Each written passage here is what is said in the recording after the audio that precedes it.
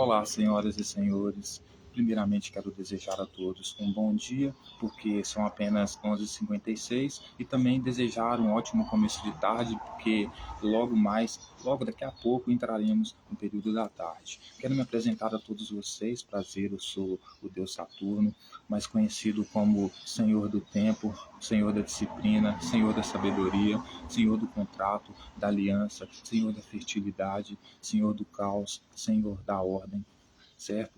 E imediatamente já me apressaram em também dizer que os deuses não existem, certo? Que os deuses não criaram seres humanos, que foram os seres humanos que criaram os deuses. Portanto, tudo que falamos em nome de Deus, estamos falando em nome de nós mesmos, certo? Se dizemos Deus quer algo, ou Deus quer assim, ou Deus quer assado, na verdade não é Deus nenhum, somos nós mesmos que queremos, ok? E hoje eu estou encarnando essa entidade de Saturno no sentido mais simbológico, arquétipo. Então eu estou encarnando as qualidades, as atitudes, a personalidade, os atributos dessa entidade Saturno. Então eu encarno o Senhor do Tempo, porque eu quero te convidar a fazer uma viagem no tempo, porque hoje vamos lidar com a nossa leitura, análise e reflexão dos textos bíblicos. Então vamos entender o pensamento do autor. Então iremos viajar, né, nessa máquina do tempo chamada Bíblia, para um passado distante, para entender a mentalidade daquela época. Senhor da Disciplina, porque eu quero lhe convidar a fazer uma análise completamente racional, uma análise completamente científica, no sentido de que iremos analisar o objeto e tirar as conclusões a partir do que nós entendemos do que o autor quis dizer, né? Lendo o próprio texto com os nossos olhos, certo? Portanto, iremos dispensar qualquer interpretação que seja teológica, né, que seja clerical, que seja tradicional, convencional, por parte da igreja. Por quê? Porque ela trata de um Jesus ressignificado, né, um Jesus que era como terrorista na Bíblia, e descrito como terrorista, ressignificado e transformado em herói pela igreja, certo? Então nós estamos completamente desvinculados dessas interpretações. Nós queremos uma interpretação mais independente, mais racional, mais científica, e tudo isso só é possível com disciplina, com método. Então por isso eu encarno a disciplina. E o Senhor do Contrato, da Aliança, porque antes de começar a nossa atividade hoje, eu quero convidar você a se comprometer, a assinar um contrato, um acordo comigo neste momento, cujo os termos e condições são começar a nossa leitura, análise e reflexão dos textos bíblicos completamente comprometidos com a verdade, com a lealdade, com a honestidade, com o único propósito e objetivo de procurar entender o que os autores bíblicos quiseram dizer, sem acrescentar e sem nem retirar nenhuma vírgula, ok? Dito tudo isso, né, deixando claro que tanto os deuses ou as outras coisas que eu me refiro, né, nesse sentido abstrato aqui, são apenas arquétipos, né, e símbolos, né, eu estou utilizando essas figuras como arquétipos e símbolos. Eu também quero destacar a cor da minha camisa e a simbologia por trás dela. Bom, eu não vou vir de roupa preta hoje, para simbolizar a ordem de Saturno, a qual pertenço, né, mas por quê? Porque eu já tenho a pele preta, né? Cabelo preto, olhos pretos, listas pretas na camisa branca. Então já estou representando Saturno na minha própria existência, certo? A entidade de Saturno, de Deus Saturno. Então eu vim de camisa branca justamente para simbolizar a paz. Por quê? Porque devido, né, à chacina, né, devido às cenas aterrorizantes que nós presenciamos ontem, né, que aconteceram no Rio de Janeiro, né? E como nós vamos lidar com os textos bíblicos, mais especificamente sobre Jesus, né, ao meu entender, eu não esperava algo diferente, né, acontecendo no Rio de Janeiro com aquele Cristo Redentor daquele tamanho lá. Por que eu digo isso? Porque Cristo, nos textos bíblicos, era um líder que não ligava para os seus próprios seguidores, né? Ele colocava os seus seguidores em situações assim, completamente destrutivas para a vida de todos eles, né? Então você tem um Estado que ama tanto essa entidade chamada Jesus, né? Os policiais que mataram aquelas pessoas ontem, né? Às vezes fizeram até sinal da cruz em homenagem a Deus, a Jesus, né? Então você não pode esperar que um Estado que seja governado por uma crença, né, religiosa dessa, ou por cidadãos, né, funcionários públicos que têm crença nessa entidade, você não pode esperar algo diferente deles, né? Porque se o próprio Jesus, né, segundo os textos bíblicos, maltratava os seus discípulos, né? Então por que eu vou esperar algo diferente de um governante que governa um estado, que seja cristão ou que tenha um simbolismo de Cristo tão gigante como o do Rio de Janeiro, né? Porque tudo indica, né, a luta do Estado contra o Comando Vermelho, porque o Comando Vermelho é uma facção, eu não vou entrar no mérito aqui, então diz que oferece risco para o Estado, mas a cena que nós vimos ontem é a mesma, né? Ou seja, policiais fortemente armados, né, com coletes, todo tipo de tecnologia que você pensar, né, combatendo supostos traficantes, né, que a guerra ao tráfico fale, não dá certo a guerra ao tráfico, né, a política proibicionista de não uso de drogas não dá certo, né, mas então a gente vê esse tipo de coisa acontecendo. E esses supostos traficantes que ofereceram um risco grandioso para o Estado, nada mais era do que negros periféricos, pobres, né, que ofereciam risco para o Estado. Olha para você ver, o Estado, mano, é muito forte, né? Eu sou o primeiro a defender o Estado aqui, né, forte, né? Mas não esse Estado nesses modos que está aí, né? Precisa mudar muita coisa aí. Mas o Estado combateu alguns milicianos, segundo eles, alguns integrantes faccionados do Comando Vermelho, mas que nada mais eram, né, pelo menos o que eu pude ver nas imagens no noticiário hoje, cidadãos de chinelo, sem camisa. Ou seja, nem colete os caras tinham, né? Aí usaram o argumento lá do drone lá, porque eles estão muito sofisticados, porque tem drone. Mano, qualquer pessoa pode ter drone hoje. Não se compara, nenhum poder se compara ao poder do Estado, certo? O Estado, eu poderia dizer que é o verdadeiro Deus, certo? Então, assim, o que aconteceu ontem foi terrível, mano. Caos completo, certo? Terrível. Assim, uma coisa lamentável, porque você não viu ali, né? Porque os maiores bandidos são o quê? De colarinho branco, né? Porque eles que votam leis contra as drogas, né? Justamente o que? Favorece o tráfico, né? Por quê? Porque o tráfico lucra muito mais com drogas proibidas, porque o governo não recebe imposto dessas drogas, do que as drogas legalizadas, né? Então, assim, faccionados mesmo do Comando Vermelho e PCC mesmo estão de colarinho branco, estão dentro das instituições de poder, infiltrados, não estão no alto das favelas, né? Ali estão os pobres que são cooptados por eles, sequestrados por essas facções, por quê? Porque para não morrer de fome precisa se submeter a alguém que dá comida para eles, ou uma vida, né, mais digna, né? Então, assim, eu esperava que os líderes do Comando Vermelho, como disseram que foram mortos ontem, fossem pessoas realmente muito requisitadas, né? Tivesse pelo menos botina de couro, colete à prova de balas, que realmente fossem pessoas com competências concretas para desafiar o Estado. E não a morte de negro sem camisa, né, de chinelo de dedo, que para mim é muito mais a morte de gente berrapada, né? Do que de líderes faccionados, assim, com um poder tão extremo, como eles dizem, a ponto de poder combater o Estado, né? Mas enfim, hoje nós vamos falar a respeito de Jesus, então, como sempre.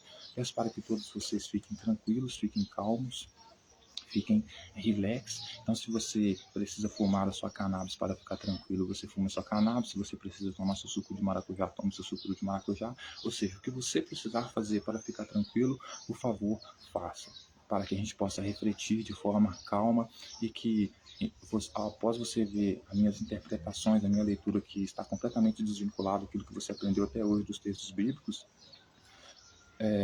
você não venha se exaltar contra mim, certo? Após ver no meu ponto de vista diferente, certo? Que você não venha ficar revoltado comigo, né? Embora a reflexão seja uma reflexão acalorada, intensa. Okay? Então, dito tudo isso, hoje eu quero começar no livro de Mateus, senhoras e senhores, do capítulo 6, onde Jesus, Mateus aqui diz que Jesus disse, né, vai falar a respeito da prática da justiça, né?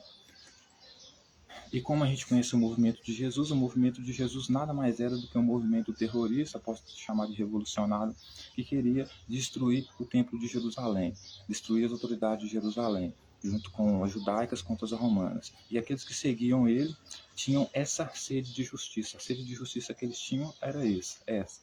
né, destruir as autoridades daquela época.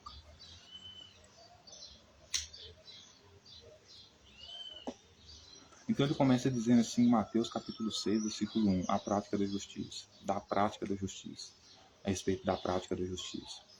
Guardai-vos de exercer a vossa justiça diante dos homens, com o fim de serem vistos por eles. De outra sorte, não tereis galardão junto do vosso Pai Celeste. Então, como Jesus tinha montado um movimento, né, para derrubar as autoridades ali, ele queria que os discípulos dele guardem. Ele pede para os discípulos dele guardar e exercer a justiça diante dos homens, ou seja, as autoridades judaicas do povo de Jerusalém, ou seja, mate homossexual em segredo, trabalhe no dia de sábado, né, que era o sábado era sagrado, era para descansar, né? Então quebra a lei de trabalhar no dia de sábado em segredo para ninguém descobrir, mate homossexuais em segredo, mate mulheres adúlteras em segredo, certo? Tudo isso para que vocês não sejam vistos fazendo esse tipo de justiça pelos homens. Porque senão, se vocês forem vistos pelos homens, pelas autoridades judaicas, né, romanos, exercendo esse tipo de justiça, vocês não terão seus galardões, ou seja, vocês não terão suas recompensas junto do Pai Celeste. Então, a primeira dica que Jesus dá para os seus discípulos, né, quando ele vai falar sobre a prática da justiça, ou seja, a prática daquilo que ele ensinou para os seus discípulos fazerem, ele diz para os discípulos não fazerem essa justiça diante dos homens. Se a justiça que você faz é tão justa assim, por que você precisa esconder ela dos outros? Você precisa praticar essa justiça escondida. Se essa justiça precisa ser praticada escondido, é porque tem algo de errado com ela. Ela envolve assassinato, ela envolve morte de pessoas inocentes, né? Pessoas que não concordam com você, como era no movimento de Jesus, pessoas que não concordavam com ele eram condenadas, né? Então, se ele pede para os discípulos dele fazerem a justiça dele, que ele está ensinando para os discípulos, né? Que vende a capa para comprar espada, porque os dias de terror sobre Jerusalém estão chegando, onde as pessoas vão desmaiar de terror, porque nós vamos descer todo mundo ao fio da espada. Então, se ele pede para as pessoas fazerem isso escondido, porque isso não é correto, e realmente não é correto. E ele disse que elas têm que fazer escondido, porque se elas não fizerem isso escondido, sem que os homens vejam, ou seja, as autoridades vejam, eles não vão ter o galardão deles, é por causa de um motivo muito óbvio, né? A justiça que eles estão praticando é digna de prisão, então se eles são pegos praticando esse tipo de justiça, eles não vão ter a recompensa deles, que era o quê? Pelo reino tomado, né? Ter Jerusalém tomada lá e dominada pelo mestre deles, Jesus. Então, se eles exercessem essa justiça que Jesus ensinou para eles, né, e fosse visto pelos homens, eles não teriam a recompensa deles por fazer aquilo que Jesus pediu. Por quê? Porque eles estariam cometendo crime e seriam presos, como foi. Então, a verdadeira justiça de Jesus, que ele ensinava, ela tinha que ser feita de forma escondida, sob as sombras. Por quê? Porque se ela fosse vista pelas autoridades, ela seria punida como um crime. Como foi? Todos foram punidos como criminosos, os discípulos de Jesus e Jesus. Ok? Então, ou seja, mate o homossexual escondido, porque se você for pego matando o homossexual, depois você não vai ter a recompensa que o vosso Pai Celeste, e, no caso, iria te dar depois que ele tomasse o poder e passasse a instalar o reino dos céus, do qual Jesus fosse trabalhar, né?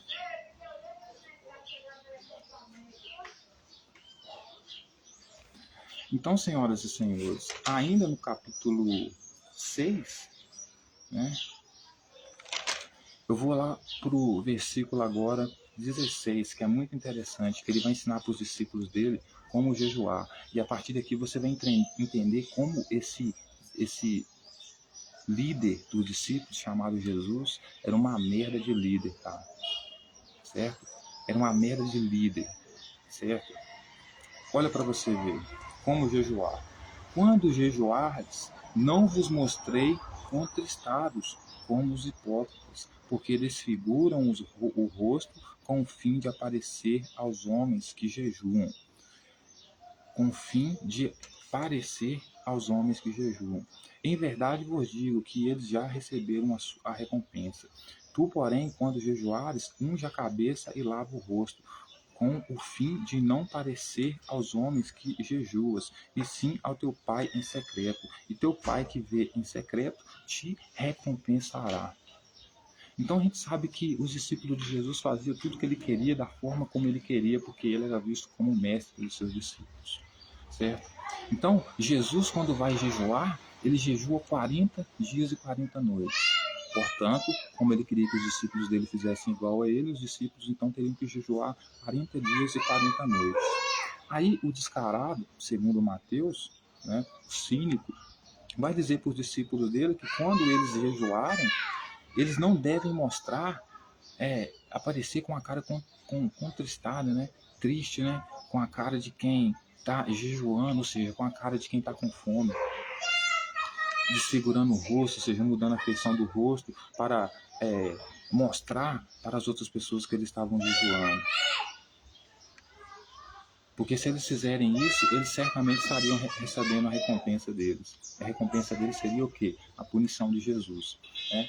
Então, veja bem, se uma pessoa jejua 40 dias e 40 noites, ela não precisa fazer careta para as pessoas verem que ela está com fome, está jejuando. O próprio fato de ficar 40 dias e 40 noites sem comer, por exemplo, já vai mostrar claramente no rosto dela que ela está jejuando, que ela está sem comer, certo? Aí ele vai dizer, tu, porém, quando jejuares, unge a cabeça e lava o rosto. Ou seja, Jesus quer que os seus discípulos façam como ele, jejuem 40 dias e 40 noites, e que independente do que aconteça, não mostre que estão jejuando, ou seja, não mostre que estão com fome, que apenas lavem o rosto, como se nada tivesse acontecendo. Porque, segundo Jesus, ele não queria que os homens ficassem, que os seus discípulos jejuassem a fim, né, de que os homens percebessem que eles estavam jejuando, ou seja, que estavam com fome por causa da cara deles. Então, ou seja, Jesus, o tipo de justiça, de ensinamento que Jesus tinha, ele queria que as pessoas fizessem escondido, como a questão do jejum. Por quê? Porque se fosse descoberto pelas autoridades esse tipo de ensinamento que ele estava dando, ele seria enquadrado como criminoso, né? Então, basicamente, ele está pedindo para os discípulos assim, vocês vão jejuar 40 dias e 40 noites, porque eu jejuo 40 dias e 40 noites, eu sou o mestre de vocês, certo? Sou o mestre de vocês, jejuo 40 dias e 40 noites, então vocês, para serem meus seguidores iguais a mim, né, que tem que ser igual a ele, vocês têm que jejuar 40 dias e 40 noites, mas sem demonstrar que vocês estão com fome. Porque se vocês aparecerem com cara de quem está com fome aqui, o Jesus vai achar que vocês estão querendo mostrar para os outros que vocês estão jejuando, e não que a cara de fome de vocês é consequência de ficar tanto dia sem comer. Então ele quer que os discípulos escondam dos outros homens que ele está fazendo jejum, que são as autoridades judaicas, porque se as autoridades judaicas descobrem que aquele povo está com a cara de fome, pergunta para aquele povo por que ele está com fome, o povo fala que está jejuando porque segue Jesus, Jesus mandou, Jesus na mesma hora também vai ser condenado. Por quê? Porque o que ele está cometendo aqui é um crime. Fazer com que as pessoas fiquem 40 dias sem comer, sem beber e sem ainda mostrar que estão com fome. Porque se mostrar que está com fome, para Jesus, você está querendo mostrar que está jejuando. Sem que não dá nem para esconder. Se você está 40 dias sem comer, é claro que a sua feição vai mudar. E não porque você quer mostrar que você está sem comer, mas porque a sua feição muda, porque você está com fome. Certo? Aí ele vai dizer que eles não devem fazer isso a fim de que os homens vejam que eles estão jejuando, e sim o Pai deles que vê em secreto. E o Pai deles que vê em secreto recompensará. Então, quem que é o Pai dos discípulos aqui nesse contexto? O Pai dos discípulos que pode ver que eles estão jejuando, que pode recompensar eles pelo jejum deles, é o Jesus. É como se Jesus estivesse dizendo para eles assim, vocês vão ficar mortos de fome, porque eu vou estar jejuando, porque vão estar seguindo as minhas ordens, e vocês não devem mostrar isso para ninguém, até porque ele não quer ser punido exercendo esse tipo de atividade, né? Enganando as pessoas, fazendo as pessoas morrer de fome lá. Então, vocês vão fingir que não estão com fome, lave o rosto de vocês, finge que nada está acontecendo, que vocês estão jejuando, e eu, que basicamente é Jesus aqui que está na missão de Pai, né? Vou ver que vocês estão jejuando, então vou ver na cara de vocês que vocês estão com fome em secreto, e vou recompensar vocês porque vocês estão jejuando, estão mortos de fome em secreto. Ou seja, ele precisa fazer tudo isso em secreto, por quê? Porque é ilegal, porque tudo que é legal você não faz em secreto. Você faz sobre a luz, você não faz sobre as sombras. Certo? Então Jesus estava condicionando as pessoas que seguiam ele a ficar 40 dias sem comer, a ficar 40 dias sem beber, não demonstrar que estavam com fome. Primeiro, porque ele tinha medo de ser julgado e punido por fazer os seus discípulos a fazer isso que ele estava fazendo, né? E segundo, por quê? Porque ele queria recompensar eles em secreto, não queria que ninguém ficasse sabendo que eles estavam jejuando, que aquele crime estava sendo cometido contra eles. Deixar eles sem comer, deixar uma pessoa sem comer por causa de algum objetivo é crime, né? Fazer uma pessoa ficar sem comer por causa de algum objetivo é crime. Esse jejum aqui é tudo uma preparação para o campo de guerrilha. Porque eles teriam que ficar vários dias sem comer, por quê? Porque estariam em guerra. Não tem nada de espiritual aqui, né? Aí ele vai dizer, olha só como não para, né? Pilantragem do cara nunca para. Aí ele vai dizer, não acumulei para vós outros tesouros sobre a terra, onde a traça e a ferrugem corrói e onde os ladrões escavam e roubam. Mas ajuntai para vós tesouros no céu, onde a traça nem ferrugem corrói e onde os ladrões não escavam nem roubam. Porque onde está o teu tesouro, aí estará também o teu coração. Então, Jesus diz que o Pai dele está nos céus, né?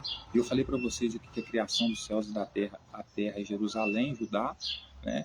Não é o planeta Terra, e os céus são as instituições onde os filhos de Deus habitam. Então é palácio, né? É templo, né? Então quando Jesus entra no templo e impede as pessoas de vender lá, porque ele diz que lá é a casa do Pai dele, o Pai dele sendo o Espírito Santo, portanto sendo o Deus dele, ele está querendo dizer que a casa do Pai dele era o quê? Jerusalém, era o templo de Jerusalém. Então, quando ele diz para os discípulos dele, quando ele chega lá, né? Uma hora que ele chega lá no. Porque ele quer expulsar as pessoas do templo e tomar conta do templo e ficar com o templo para ele. Então, ele chega lá, expulsa todo mundo de lá e fica com o templo lá, dizendo que o templo é do pai dele. Então, lá, se lá é a casa do pai dele, portanto, lá é o céu, porque o pai dele mora no céu, segundo ele. Certo? Aí, quando ele diz, não acumuleis para vós tesouros sobre a terra, ele está dizendo para os discípulos dele não acumular riquezas para eles sobre a Judéia, sobre Jerusalém ali. Certo? Porque ali, onde eles estão acumulando riquezas, a traça e a ferrugem corrói, e os ladrões escavam e roubam eles. Então, eles têm que ajuntar os tesouros dele, ou seja, as riquezas dele, no céu, ou seja, no templo de Jerusalém, que é a casa do Pai de Jesus. Jesus pretende tomar o templo de Jerusalém, passar a governar lá, então lá vai ser a casa do Pai dele, e ele quer que os discípulos, portanto, sendo seus seguidores, lembra que ele falou com os discípulos que daria para eles 12 tronos para julgar as tribos de Israel? Esses tronos teriam que ser físicos, teriam que estar em algum lugar. Estariam no céu. Só que o céu aqui é o quê? É o templo de Jerusalém, que o próprio Jesus diz que ali é a casa do Pai dele. Então, quando ele diz que eles devem juntar tesouros no céu, significa que eles não devem acumular riquezas na terra enquanto eles vão batalhar contra o templo de Jerusalém, as pessoas de Jerusalém, as autoridades de Jerusalém, porque quando Jesus tomar conta, porque ele acha que vai vencer essa guerra, né? Então quando ele vencer a guerra e estabelecer o reino dos céus dele, mas ele perdeu porque a gente sabe que morreu, ele vai tomar o templo de Jerusalém, vai colocar no templo de Jerusalém 12 tronos lá para os discípulos dele julgar junto com ele as tribos de Israel, e é lá no templo de Jerusalém que é onde eles vão morar agora, porque o templo agora virou casa deles, né? Lá é que eles devem juntar os tesouros deles. Porque, segundo ele, lá as traças não corroem, né? E aonde os ladrões não escavam e nem roubam. Porque onde está o tesouro deles, estarão também o coração deles. Então, Jesus está querendo que eles devem os tesouros dele para o templo de Jerusalém, que é a casa do pai dele, como a gente já viu aqui, certo? E não junte essas riquezas na terra, né? Onde eles vivem na terra de Jerusalém e Judá, mas sim juntem riquezas para levar para o templo, porque eles vão passar a morar lá, basicamente isso, certo? Dominar lá.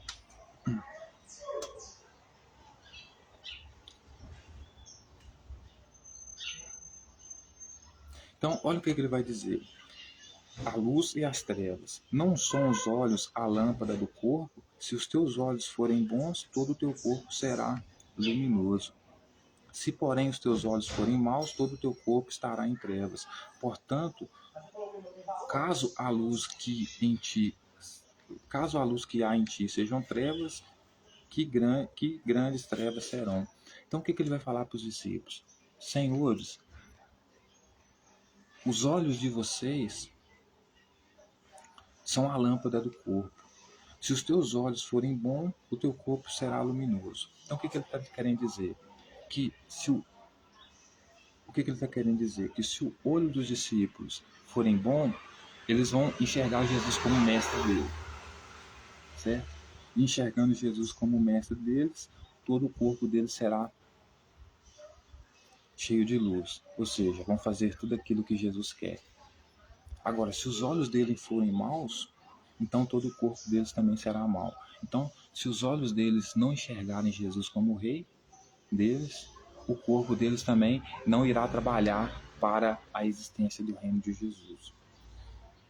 Aí ele vai dizer, portanto, caso a luz que há em você seja trevas, grandes trevas serão. Então ele está querendo dizer, se vocês não me olham com olhos bons, vocês me olham com olhos maus, de dúvida de que eu não sou mestre de vocês, então grande treva seus olhos serão.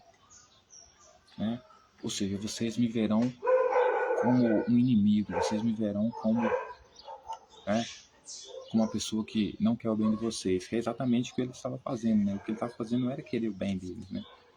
Porque se isso aqui que ele está fazendo com os discípulos é querer o bem deles, então eu não sei o que é bem.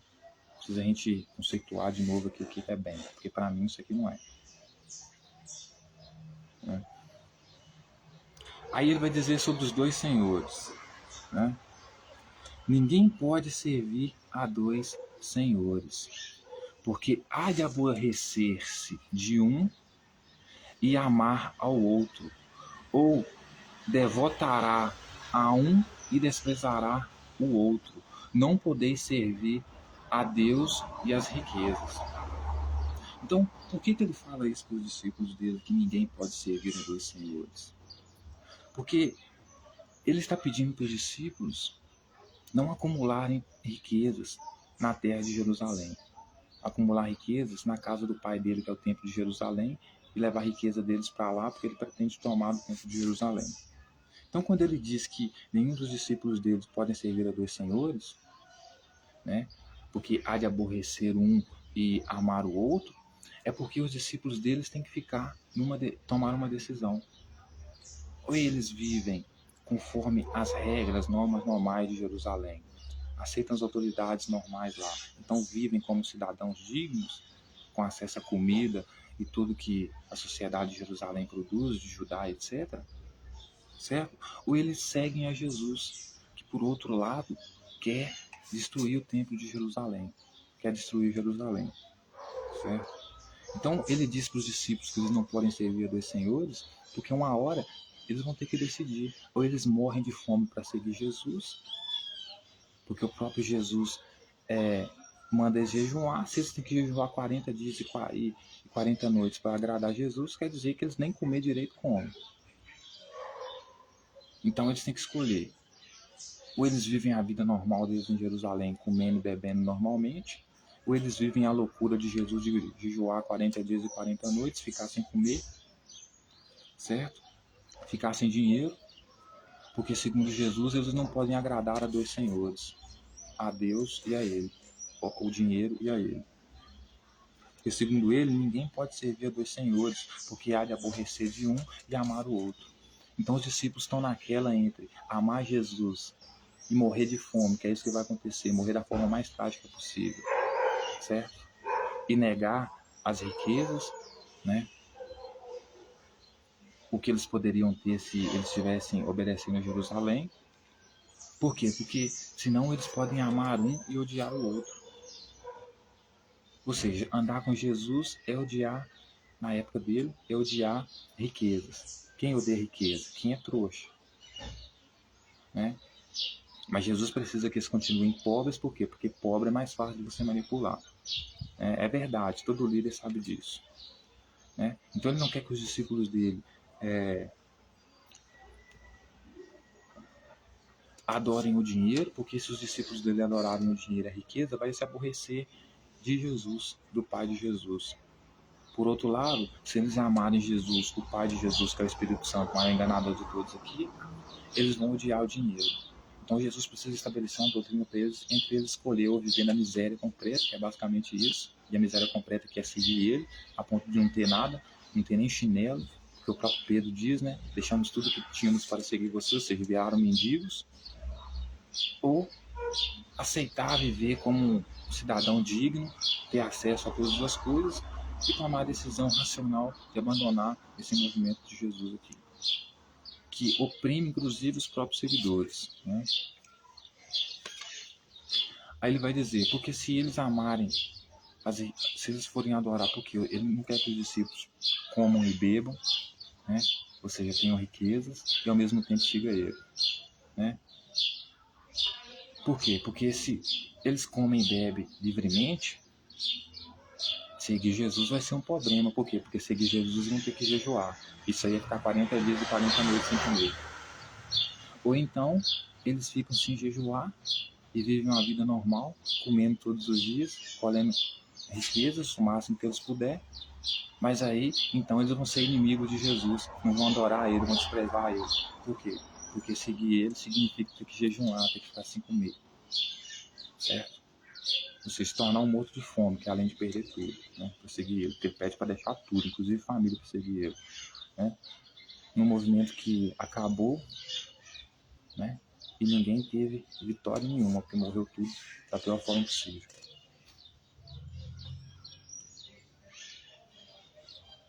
Então ele vai dizer que eles não podem servir a Deus, ou seja, servir a ele Jesus e as riquezas. Por quê? Porque eles têm que escolher, ou eles comem bem todo dia, sem seguir as ordens de Jesus, ficar 40 dias, 40 noites sem comer por causa do jejum, né? Ou eles aceitam a riqueza, vivem uma vida normal, ou eles aceitam Jesus, aceitam perder tudo que tem, largar tudo que tem, e além de largar tudo que tem, ainda tem que cumprir o regime autoritário de Jesus de ficar 40 dias sem comer, né? Porque eles não podem servir a Deus e as riquezas. Até porque Jesus, para ter seguidores fiéis, ele entende que ele precisa de quê? Pessoas pobres. Então, o alvo dele é o quê? Pobre. Por quê? Um cara no jejum faz qualquer coisa por um prato de comida. Mas se ele tiver esse prato de comida, portanto tendo riqueza, ele não precisa se submeter a esse regime autoritário, que impõe ele jejum, ficar 40 dias e 40 noites sem comer para receber alguma recompensa. E mesmo assim tem que fazer isso no secreto.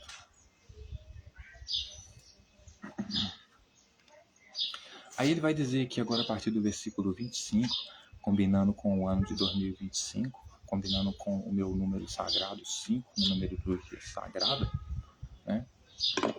Então ele vai falar assim, ansiosa solitude pela vida.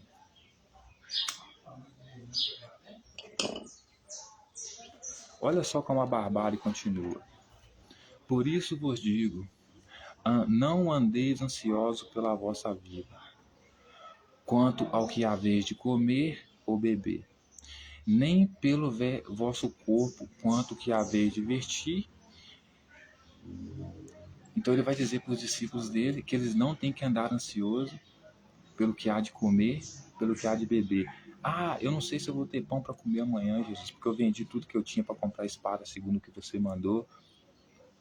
Deixei tudo que eu tinha, deixei família, não tem ninguém para me ajudar, olho por horizonte, não vejo saída.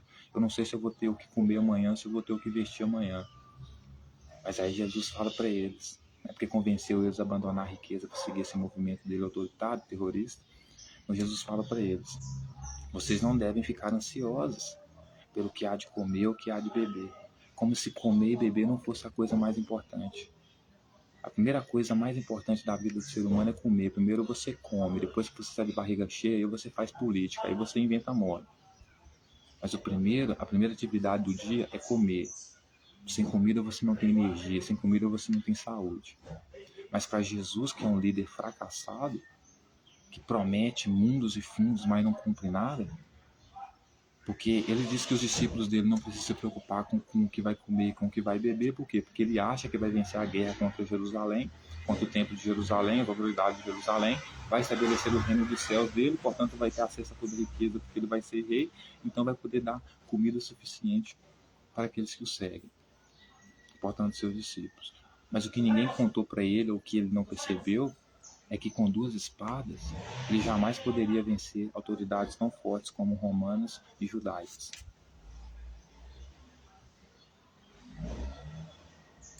Aí ele vai dizer: não é a vida mais do que o alimento e o corpo mais do que as vestes? Não.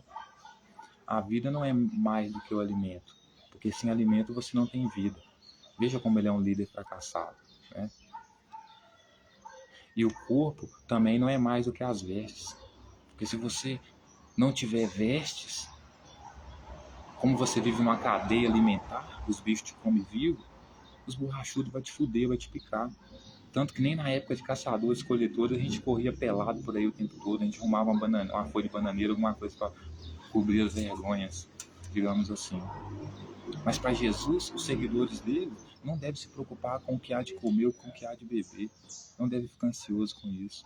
Embora ele não tenha nenhum centavo para comprar comida para eles e não tenha nenhuma autoridade para dar comida para eles. Porque como líder político e religioso, ele é um fracasso total. Aí ele vai dizer: observai as aves do céu. Já expliquei aqui que o céu é o que? As instituições. Como ele trata aqui céu como a casa do pai dele, né? E chama Jerusalém, o templo de Jerusalém da casa do pai dele. As aves do céu que ele está falando aqui são as autoridades de Jerusalém, do templo de Jerusalém. Então, olha o que ele vai dizer: observai as aves do céu, não semeiam, ou seja, não plantam comida. Realmente as autoridades de Jerusalém não plantam comida, porque quem planta é os camponeses, eles são autoridades sacerdotais, lidam com outra questão religiosa, com a organização do povo, etc. e tal. Então ele vai dizer: observai as aves do céu, não semeiam, não colhem, nem ajuntam em celeiros, contudo vosso Pai Celeste a sustenta. Né?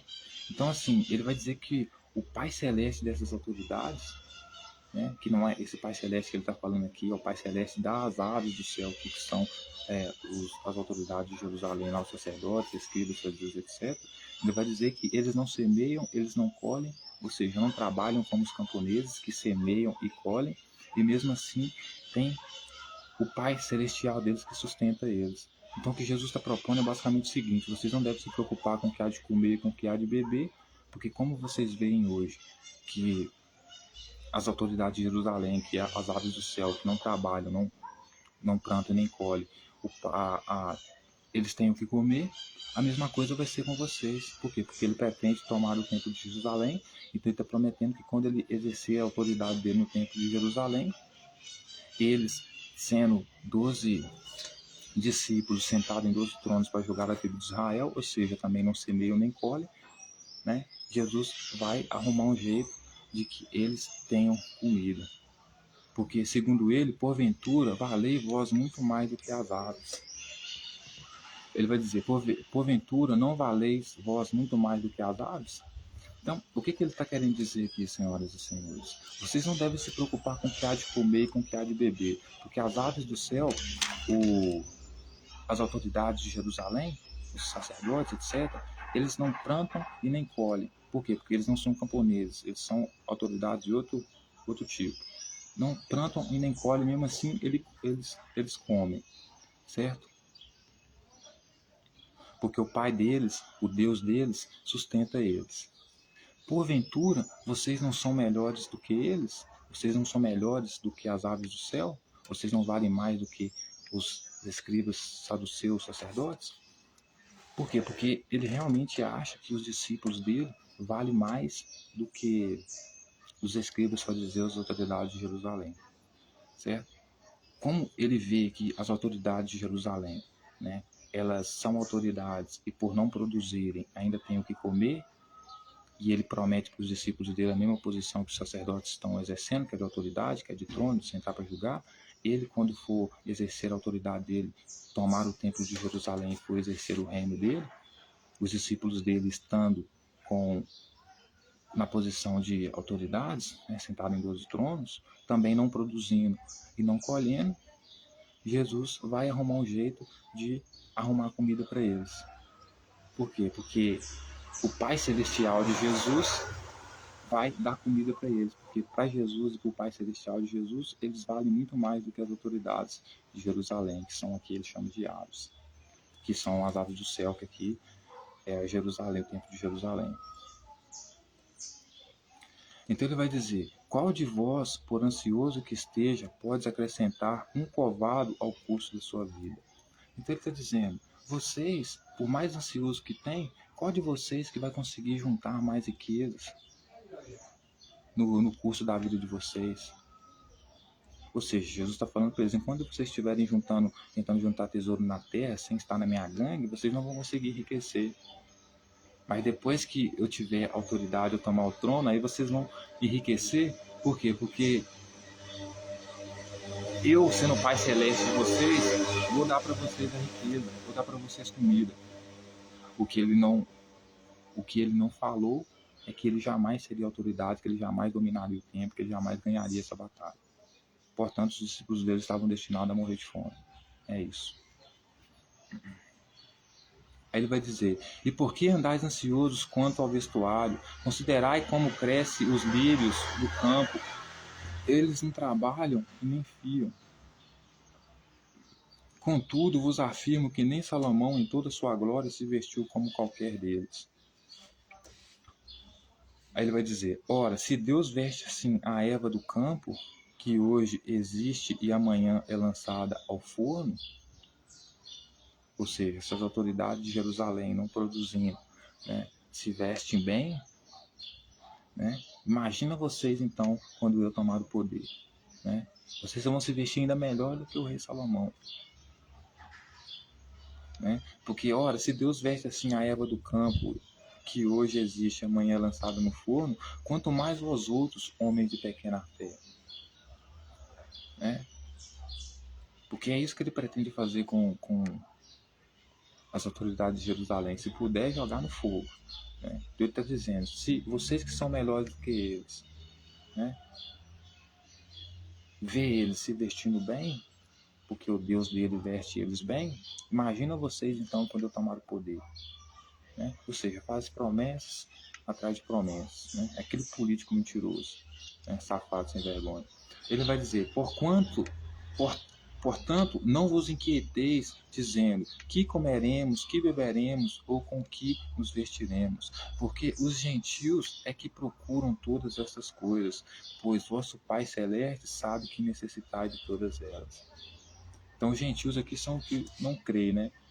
Não creem nele, né? Então ele está falando assim: os que não creem em mim, que são gentios, é que ficam se preocupando com o que hão de comer, com o que hão de beber, com o que hão de vestir, né? Justamente por quê? Porque ele manda as pessoas largar tudo para seguir ele. Sim, as pessoas têm segurança nenhuma se vão ter alguma recompensa depois, né?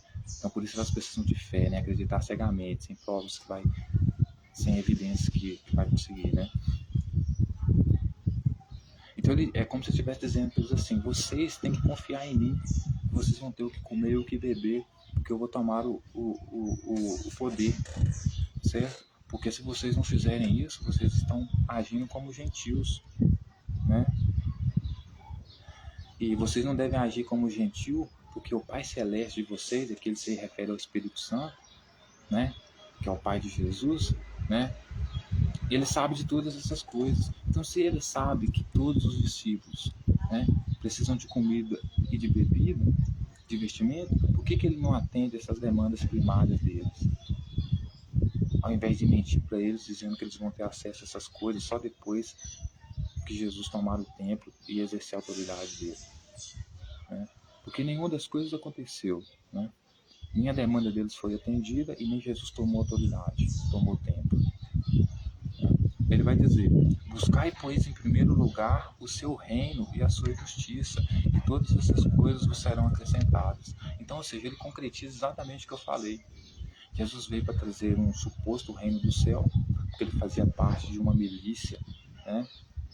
Ou seja, um grupo armado, uma facção criminosa, né? Que era oposta as autoridades que estavam ali naquele período. Então era um poder paralelo ao poder estatal, entre aspas, naquela época. Então, como Jesus pretende derrubar as autoridades de Jerusalém e estabelecer o seu reino, que é o que ele chama de reino do céu, ele tem que dizer para os discípulos dele que eles não devem se preocupar com o que há de comer, com o que há de beber, com o que há de se vestir. Ou seja, vira um mendigo aí, porque a única coisa que você tem que se preocupar é em buscar primeiro, em primeiro lugar, o reino, o seu reino e a sua justiça. Então, ou seja, qual que é a justiça dele, né? É comprar a espada, vender a capa para comprar a espada, justamente para quê? Para matar as autoridades de Jerusalém, porque ele mesmo disse que não veio para trazer a paz, ele veio para trazer a espada, colocar filho contra pai, irmão contra irmão, colocar família contra família, né? Entre aqueles que querem seguir ele e os que não querem seguir ele.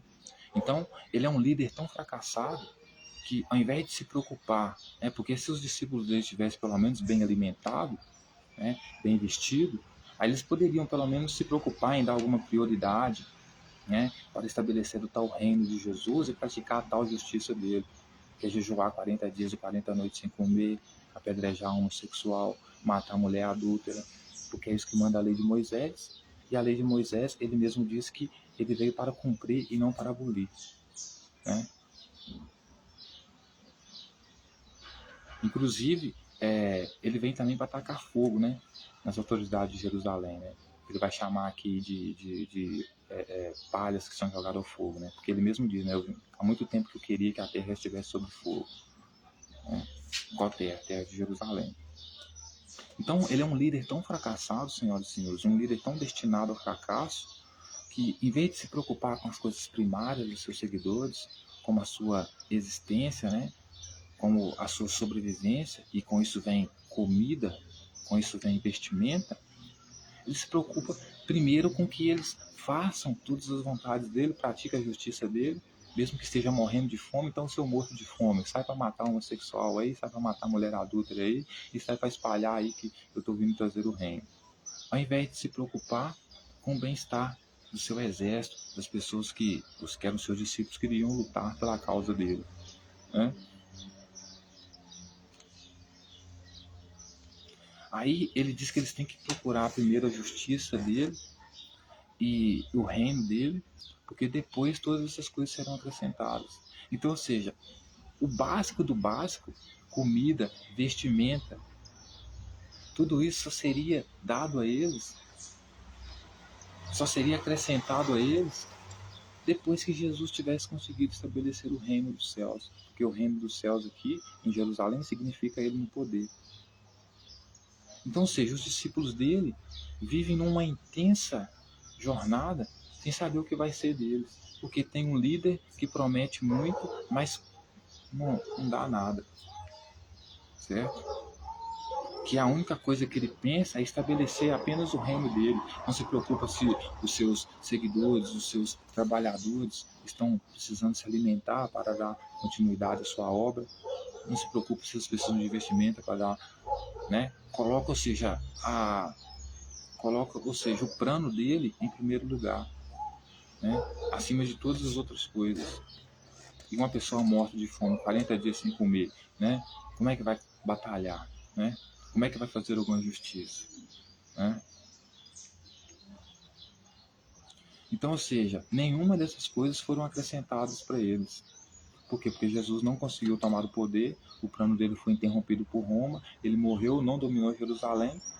Então, além de terem deixado tudo para seguir ele, terem ficado mortos de fome, sem comida, sem bebida, sem vestimenta, ainda foram mortos, porque Jesus não estabeleceu o reino dele e nenhuma dessas coisas foram acrescentadas a eles. A não ser uma multiplicação de pães que aconteceu uma vez só, mas quando o povo volta para ver se Jesus vai matar a fome deles de novo, porque é isso que eles procuram, um líder para matar a fome deles. Jesus vem com conversa fiada para dizer que eles não devem trabalhar pela comida, a mesma coisa que Mateus está dizendo aqui, porque eles devem trabalhar pelo reino dos céus, porque o pão da vida deles é a palavra deles, como se a palavra de alguém pudesse matar a fome das pessoas, né? Como se não fosse a comida que matasse a fome, né? porque palavras não matam a fome de ninguém. Né? Aí ele vai dizer, portanto, não vos inquieteis com o dia de amanhã, pois amanhã trará os seus cuidados, basta ao dia o seu próprio mal. Então, ou seja, Jesus está contando com a sorte. Ele quer estabelecer um reino, mas não tem articulação, né, de plano, de projeto para que isso aconteça. Quer tomar o templo de Jerusalém, derrubar as autoridades sem projeto para isso. Né? Então ele deixa os discípulos à própria sorte. Apenas diz palavras para eles que eles não devem se inquietar, porque traz promessas falsas para eles, dizendo para eles que eles não devem se inquietar com o dia de amanhã, ou seja, não se preocupar se vai ter o que comer, o que beber amanhã, o que vestir amanhã, pois o amanhã trará os seus cuidados, ou seja, deixando os discípulos à própria sorte. Não se preocupe se amanhã vocês tiverem de ser cuidados, vocês serão cuidados. Vamos apenas viver como se o mal de hoje já bastasse. Ou seja, se conforme com o mal que eu estou fazendo vocês passar, né? Porque quem está colocando eles nessa situação aqui é o próprio Jesus, né? Porque ele mesmo não nega que os seus discípulos serão mortos por causa dele, por causa do nome dele, por causa das coisas que ele ensinava e eles praticavam. Entende? Que é essas mesmas merda que eu li até aqui. Que é tudo bosta, tudo chorume. Né?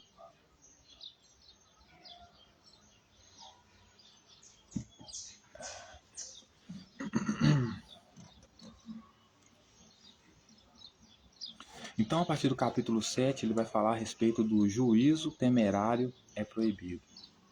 Então, o que é juízo? Juízo é juízo de valor, né? Você fazer juízo de valor, né? Você comparar uma coisa se ela é boa ou se é ruim. Né? Então, ele vai falar que o juízo temerário, ou seja, fazer julgamento imprudente, né? Fazer julgamento sem saber as consequências é proibido.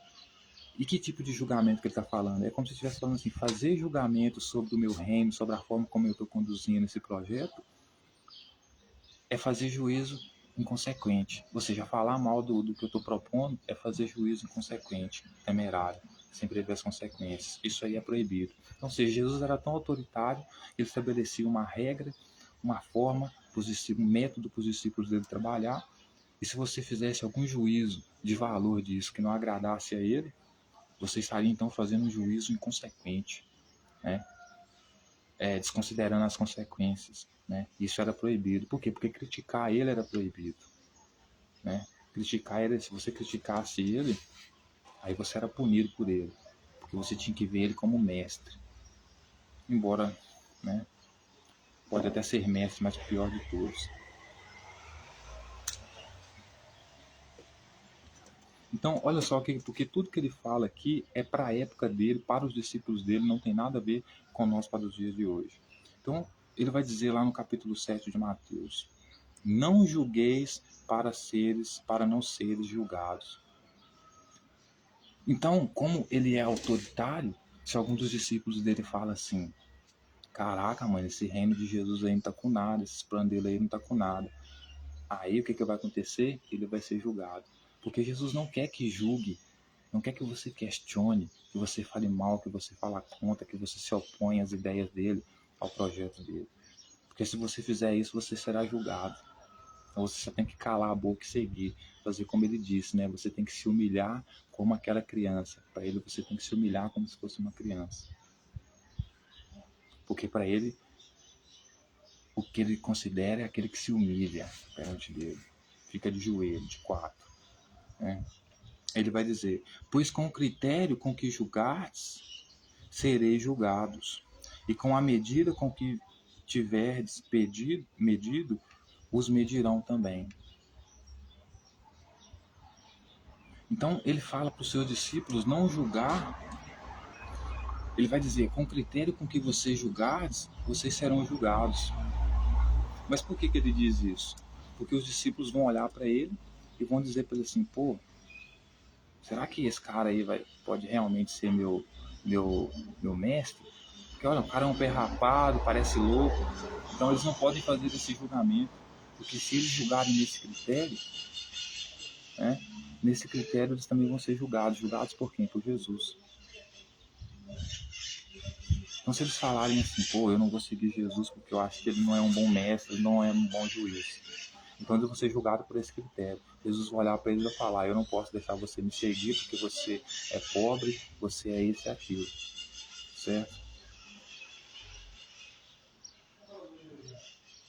Porque vês tu o argueiro no olho do teu irmão, porém não reparas a trave que está no seu próprio. Como dirás a teu irmão, deixe-me tirar o argueiro do teu olho, quando tens uma trave no teu? Hipócritas, tira primeiro a trave do teu olho, então verás claramente para tirar o argueiro do olho do teu irmão. Certo?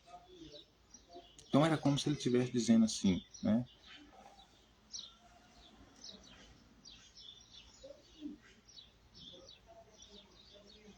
Por que vês tu o argueiro no olho do teu irmão, porém não reparas a trave no teu próprio?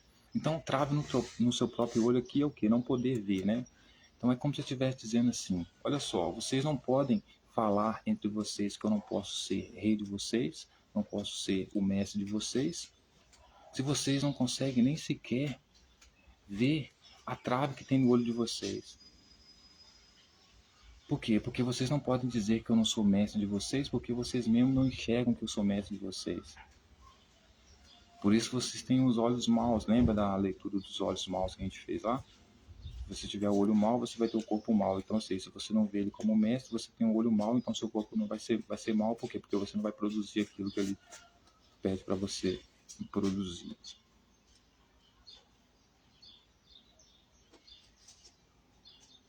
Então é como se ele estivesse dizendo para eles assim,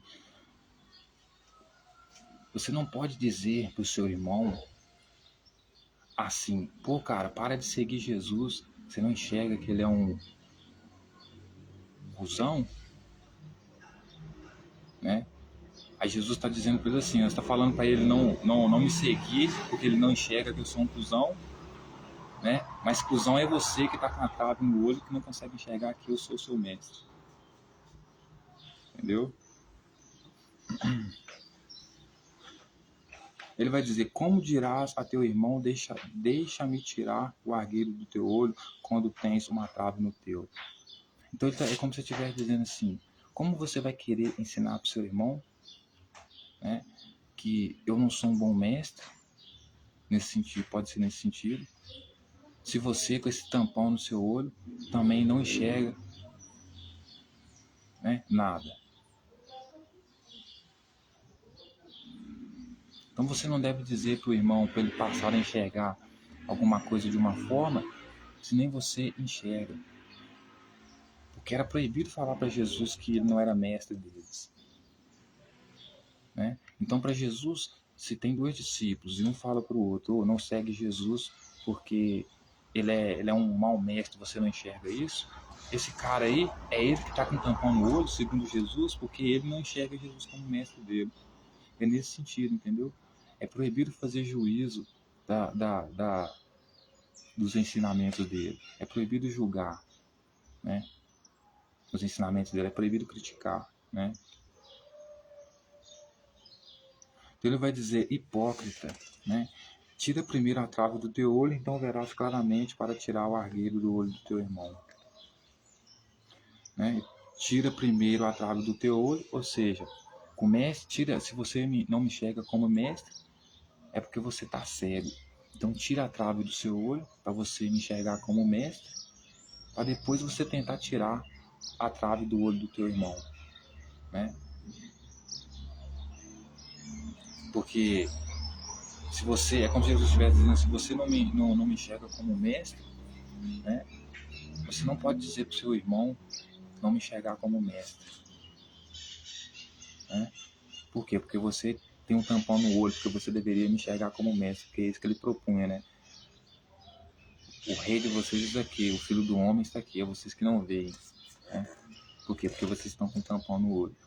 Tipo isso, né? Porque negar ele é como se você estivesse fazendo uma coisa muito absurda, né? Para vocês verem como autoritário ele era, né? Pelo menos segundo o texto, né? Aí ele vai dizer aqui no a partir do versículo 6, não deis o que é santo aos cães, Não deis aos cães o que é santo, nem lanceis antes os porcos as vossas pérolas, para que não as pisem com os pés e voltando se vos dilaceram, né? Então, não deis aos cães. Quem que é os cães que ele está se referindo aqui, né? Os cães aqui são as autoridades de Jerusalém, né? São as pessoas que não aceitam ele, né? Então, vocês não devem dar aos cães o que é santo. Ou seja, não deve dar aos cães tudo aquilo que eu ensinei vocês a respeito do jejum, a respeito de me idolatrar como mestre, e nem mesmo dar a mim, porque eu me considero mestre, vocês nem mesmo devem dar a mim, aos cães, né? E vocês também não devem lançar aos porcos, e aqui de novo ele se refere aos fariseus, aos escribas, às autoridades de Jerusalém, os sacerdotes, as vossas pérolas, ou seja, o que vocês aprenderam. Então tudo que vocês aprenderam comigo, né? Matar um homossexual, matar a mulher adúltera, porque isso é da lei de Moisés, né? Tudo isso que vocês aprenderam comigo, né? Não vim para trazer, não vim para trazer a paz, não vim para trazer a espada, né? Trazer dia de terror, que as pessoas desmaiarão de terror.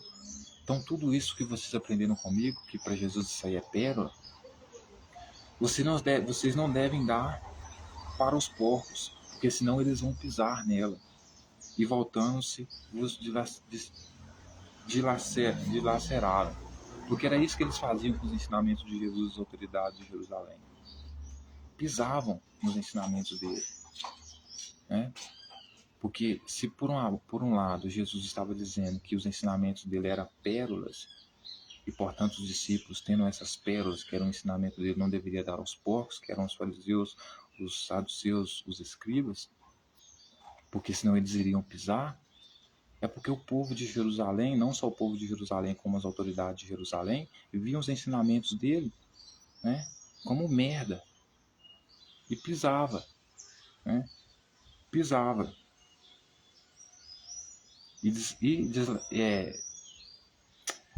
Dilacerar, né, a pérola significa destruir ela, né?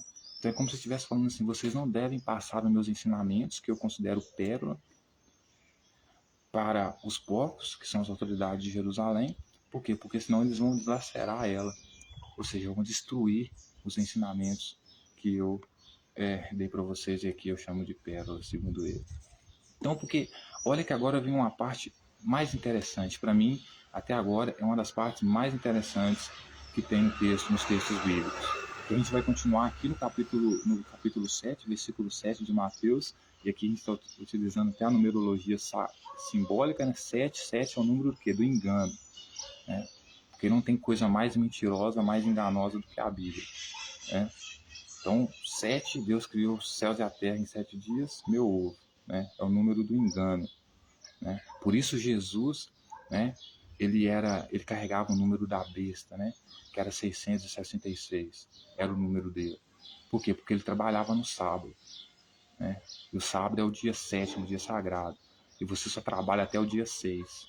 Quando você trabalha no dia de sábado, você está representando a quebra da hierarquia, a quebra da ordem, certo? Então, portanto, o número 7 é o número do engano. É só fazendo uma brincadeira com a numerologia aqui. Mas enfim, Jesus incita a orar, capítulo 7 de Mateus, versículo 7. Olha que interessante. Olha que interessante. Pedi e dar-se-vos-á. Buscai e acharei. Batei na porta e abri-se-vos-á. Pois todo o que pede, recebe, e o que busca, encontra, e a quem bate, abrir-se-lhe-á. E qual dentre vós é o homem que, porventura, o filho pedir pão, lhe dará pedra? Ou se lhe pedir um peixe, lhe dará cobra? Então ele vai falar para os discípulos dele que os discípulos dele vão ter tudo o que eles quiserem.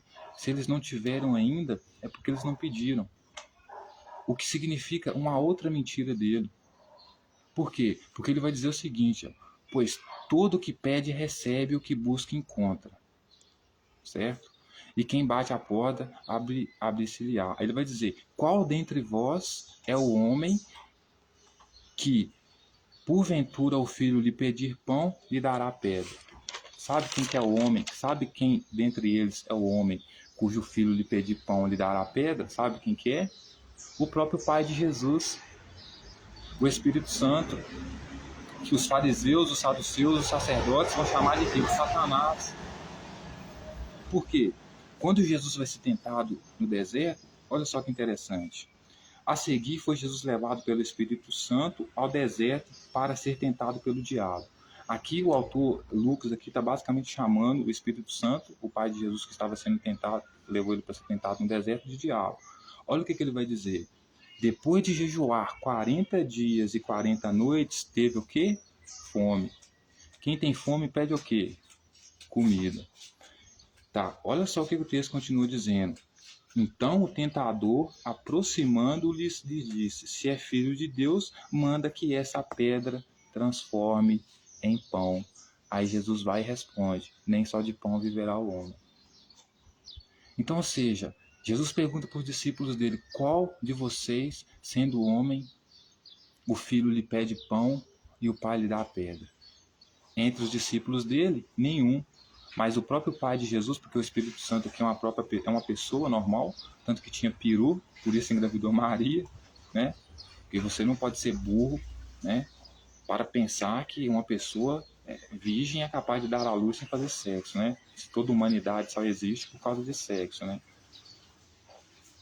Então, senhoras e senhores, o Pai de Jesus é o homem, aqui chamado de Espírito Santo, descrito como diabo pelos fariseus, é o homem cujo filho está com fome, porque ele tentou Jesus no deserto sem dar a ele comida, 40 dias e 40 noites sem comer, e em vez de oferecer para ele comida, oferece para ele pedra. Ou seja, o próprio Pai de Jesus, né, o Espírito Santo, é um cidadão que o seu filho tendo fome, ele lhe oferece pedra. Porque é isso que aconteceu com ele na tentação. O texto vai dizer que ele teve fome. Se ele teve fome, ele teve vontade de comer. Então, que filho tendo fome, pedindo comida, o pai lhe dá pedra? Era o Pai de Jesus. O Pai de Jesus, o Espírito Santo, aquele que gerou Jesus, que Jesus chamava de Deus, é tão maldito, tão desgraçado, né? Tão ruim, que ele é o cara que o filho, tendo fome, pedindo algo de comer, ele lhe dá pedra. E qualquer pessoa que tem fome, e Jesus teve fome, pede o quê? Comida. Então, o Pai de Jesus, tentando ele no deserto para testar ele, para treinar ele, porque aquele é um treinamento no campo de guerrilha, no momento que ele teve fome, ofereceu para ele o quê? Pedra. Certo? Pedra. Por isso que ele queria que os discípulos dele jejuassem 40 dias e 40 noites. Justamente por quê? Porque era uma estratégia de treinar eles para esses dias de guerrilha que ele viria trazer, que era o dia, né, que ele fosse entrar em Jerusalém para cometer o genocídio. Certo? Ou seja, Jesus não se preocupava com seus discípulos, com as condições primárias deles de sobrevivência, como comida e bebida, porque ele queria forjar os discípulos dele a serem como ele foi. Porque ele foi treinado no deserto, porque a tentação no deserto nada mais é do que um treino no campo de guerrilha, para quando ele estivesse em campo, né, ele tivesse fome, né, ele não se preocupasse.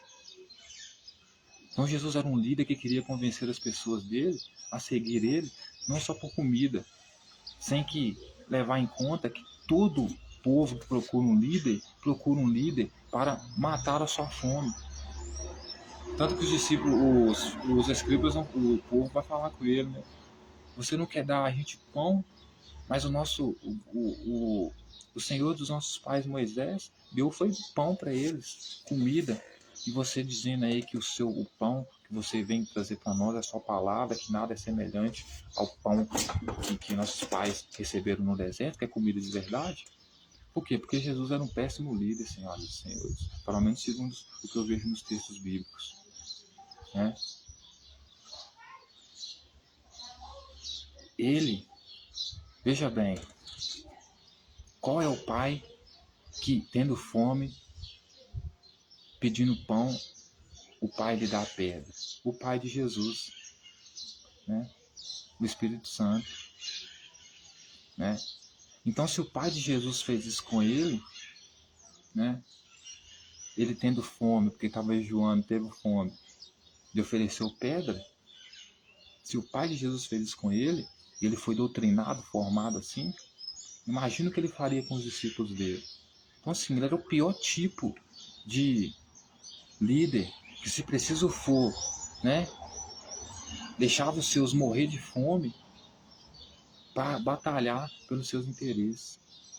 Para ele não importava os discípulos matarem a fome, que era uma coisa imediata. Bem pelo contrário, eles não precisavam esquentar com comida. Como assim uma pessoa não esquenta com comida? Né? Porque ele prometia dar tudo isso de novo depois, né? Quando viesse reinar, mas não conseguiu. Né?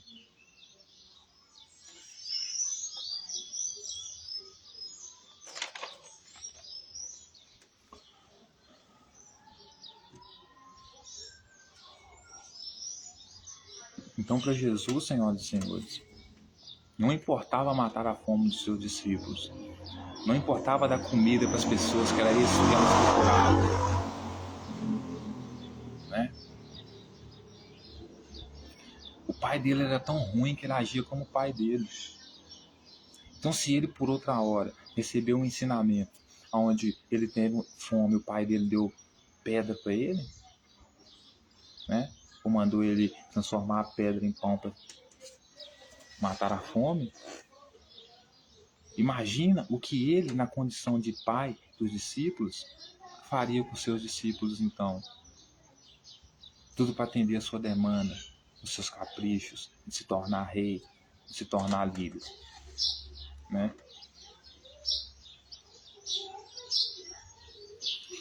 Aí ele vai dizer, ora, se vós que sois maus, né? Se vós que sois maus, sabeis dar boas dádivas aos vossos filhos, quanto mais vosso Pai que está nos céus dará boas coisas aos que lhe pedirem. Então, veja bem, ele vai dizer que, ora, se vós que sois maus por quê? Porque não enxergam ele como líder, como rei, né? Por isso eles são maus, né? Ele cita, vocês têm os olhos maus, né? Por isso seu corpo é mau, porque você não me enxerga como um rei, né? Então, porque eles não enxergam Jesus como rei, ele vai dizer, ora, se vós que sois maus sabeis dar boas dádivas aos vossos filhos, então, ou seja, vocês que são ignorantes, porque Jesus chama eles de ignorantes, né? Basicamente isso. Consegue dar boa coisa aos filhos de vocês, quanto mais o vosso Pai que está nos céus, ou seja, o Espírito Santo, o Pai dele, dará boas coisas aos que lhe pedirem. Né? Então, ou seja, se para Jesus, ao invés de dar pão, ele deu pedra, porque isso é melhor, segundo ele, então, que ganhos têm os discípulos seguindo Jesus, fazendo as vontades de Jesus, do seu Pai, líder, terrorista, Espírito Santo, se no final eles têm fome, e quando eles vão pedir para o Espírito Santo, o Espírito Santo dá para eles pedra. Né?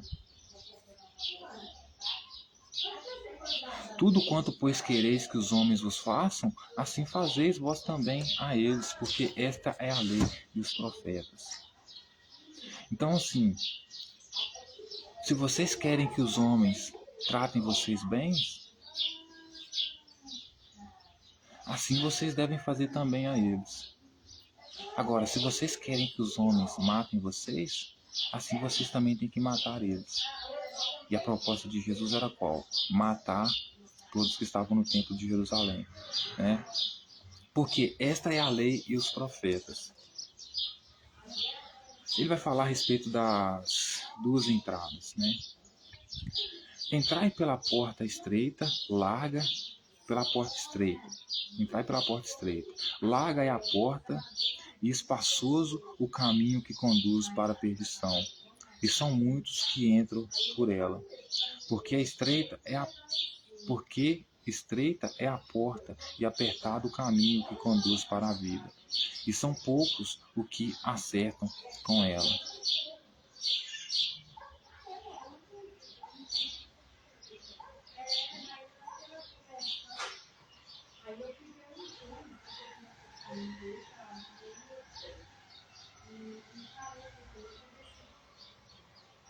Então, ou seja, ele vai convidar os seus discípulos a seguirem a porta estreita, entrarem pela porta estreita. E qual que é a porta estreita? É a porta, é os caminhos dele, são os ensinamentos dele. Então, ele vai dizer o seguinte: entrai pela porta estreita, larga é a porta e espaçoso o caminho que conduz para a perdição. E são muitos os que entram por ela. Ou seja, ele está pedindo para os seus discípulos entrar pela porta estreita, ou seja, seguir ele, porque larga é a porta, ou seja, cabem muitas pessoas. É como se eu estivesse falando assim: a porta estreita que é seguir eu, ela é estreita, mas ela cabe muitas pessoas, ou seja, eu aceito muitas pessoas me seguindo, certo? E espaçosa, o caminho e espaçosa. Ou seja, o caminho estreito que é seguir Jesus é o caminho que conduz para a perdição. E são muitos que entram por ela. E foi exatamente isso que aconteceu. Foi uma multidão que seguiu ele, certo? E muitos que entraram por essa porta estreita, que era também espaçosa, era estreita no sentido de ser difícil ser aceito por ele, certo? Mas era espaçosa no sentido de caber muitas pessoas no movimento dele. Mas ele vai dizer que todas as pessoas que entraram por essa porta estreita, né, foram conduzidos à perdição. E é isso que aconteceu com os discípulos. Foram conduzidos à perdição. Porque todos se perderam de si mesmos, morreram, ficaram sem liderança, insegurança alimentar, insegurança em todos os sentidos, certo? Porque não ganharam nada com isso. E são muitos os que entram por ela, porque realmente foram muitos que começaram a seguir ele, certo? Ele vai dizer: porque a porta estreita é a porta, e apertado o caminho que conduz para a vida. Então, ou seja, seguir ele é seguir um caminho que conduz para a vida, segundo ele. Mas as pessoas que seguiram ele não tiveram caminho para a vida, porque todos morreram, todos foram eliminados. Aí ele vai dizer: e são poucos que acertam com ela.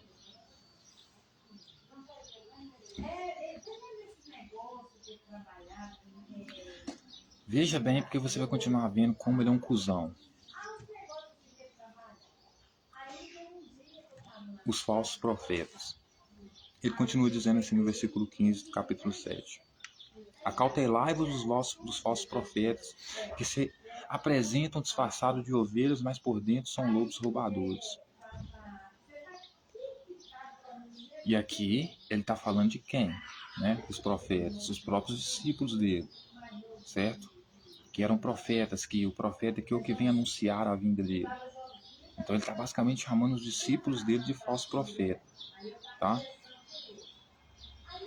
E de lobos roubadores também, tá? Ele vai dizer: pelos seus frutos conhecerei. Conhece porventura uvas dos... Colhem-se porventura uvas dos espinheiros ou figos dos abrolhos? Assim toda árvore boa produz bons frutos, porém a árvore má produz maus frutos. Não pode a árvore boa produzir frutos maus, nem a árvore má frutos bons. Toda árvore que não produz bom fruto é cortada e lançada ao fogo. Assim, pois, pelos seus frutos conhecerei. Então, ele vai dizer que ele vai usar essa metáfora para colocar todas as pessoas como árvore e o seu comportamento, né? O seu comportamento, as suas escolhas como frutos, né? Então ele vai dizer que toda árvore boa não pode produzir frutos maus. Então, o que é frutos maus para ele aqui, né?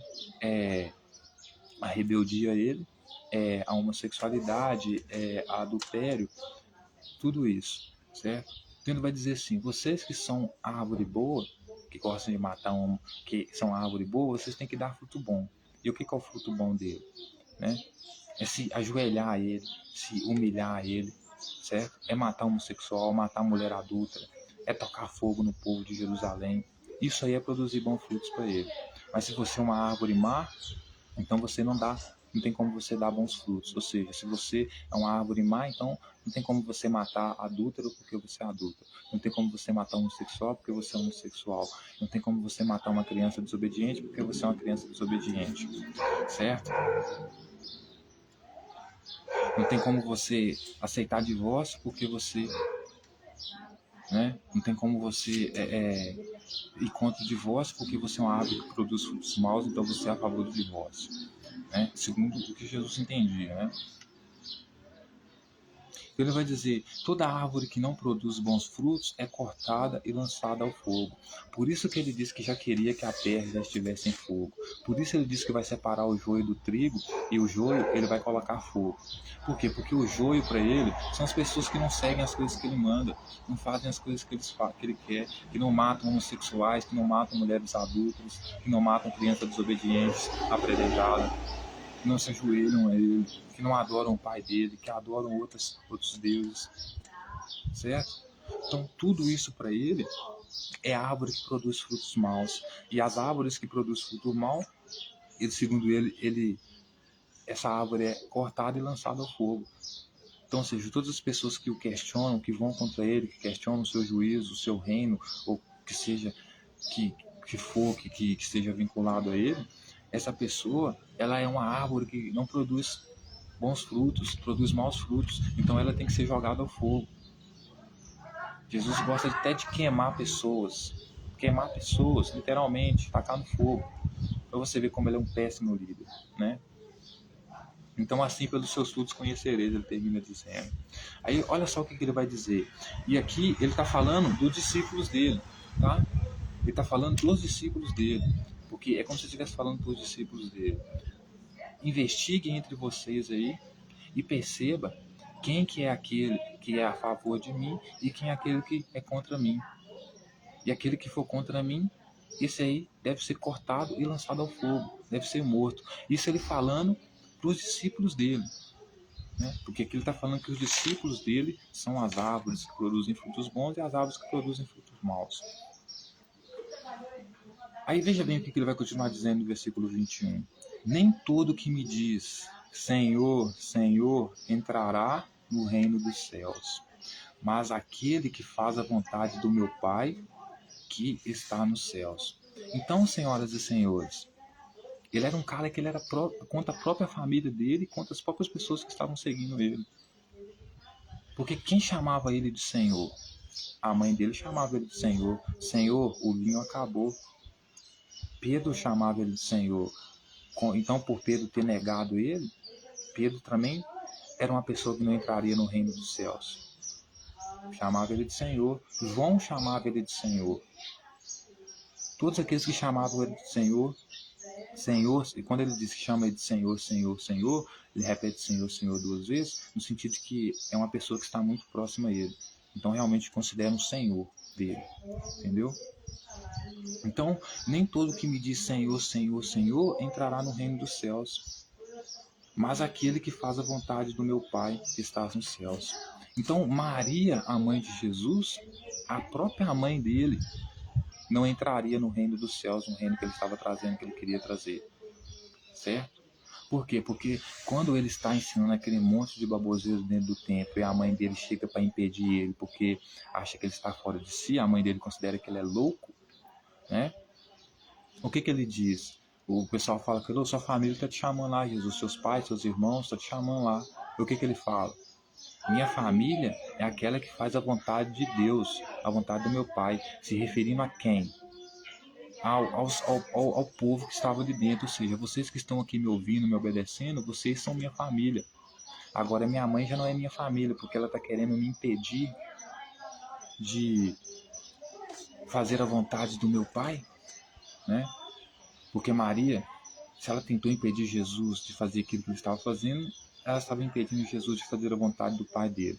Embora ela tivesse feito a vontade do Pai dele uma vez só, que foi quando o Espírito Santo mandou ela gerar, o anjo mandou ela gerar lá para o Espírito Santo. Mesmo assim, ela teve que gerar por quê? Porque se tratava de uma milícia, de uma gangue armada, que simplesmente sequestrava essas escravas aí para colocar elas para fazerem filhos, para serem escudo, né, dessa milícia celeste nos campos de batalha.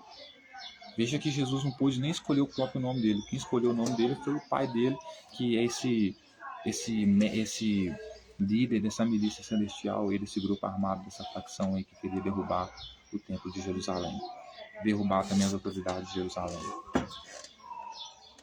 Aí ele vai dizer, né? Muitos naquele dia hão de dizer-me: Senhor, Senhor, porventura não temos nós profetizado em teu nome, e em teu nome não expelimos demônio, e em teu nome não fizemos milagre? Então lhes direi explicitamente: nunca vos conheci, apartai-vos de mim, os que praticai a iniquidade. Então, senhoras e senhores,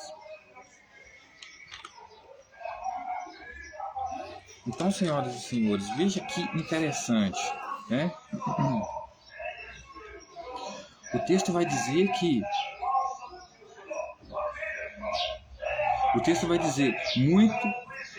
muitos naquele dia, qual dia? No dia que ele fosse tocar o terror, que ele fosse estabelecer o reino dele, né?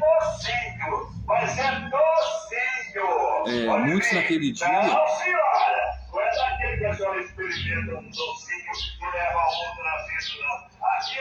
Então, muitos naquele dia onde dizer-me: Senhor, Senhor, porventura não temos nós profetizado o teu nome, profetizado em teu nome e em teu nome expelindo demônios? Então, veja bem, quem que foi as pessoas, senhoras e senhores, da qual Jesus enviou para expulsar demônios, para profetizar a vinda dele, que profetizar a vinda dele aqui, anunciar a vinda dele do reino dele, e que expulsaram demônios e que curaram algumas pessoas? Foram quem? Foram os 12 discípulos, porque lá no capítulo 9 de Lucas diz assim: as instruções para os 12. Tendo Jesus convocado os 12, deu-lhes poder e autoridade sobre todos os demônios para efetuarem curas. Também enviou-os a pregar o reino de Deus e curar os enfermos. Então, quem pode expulsar é quem tem autoridade, né? Quem que tinha autoridade sobre os demônios? Eram os discípulos dele. Quem que curava em nome dele? Eram os discípulos dele. Quem profetizava no nome dele? Eram os discípulos dele.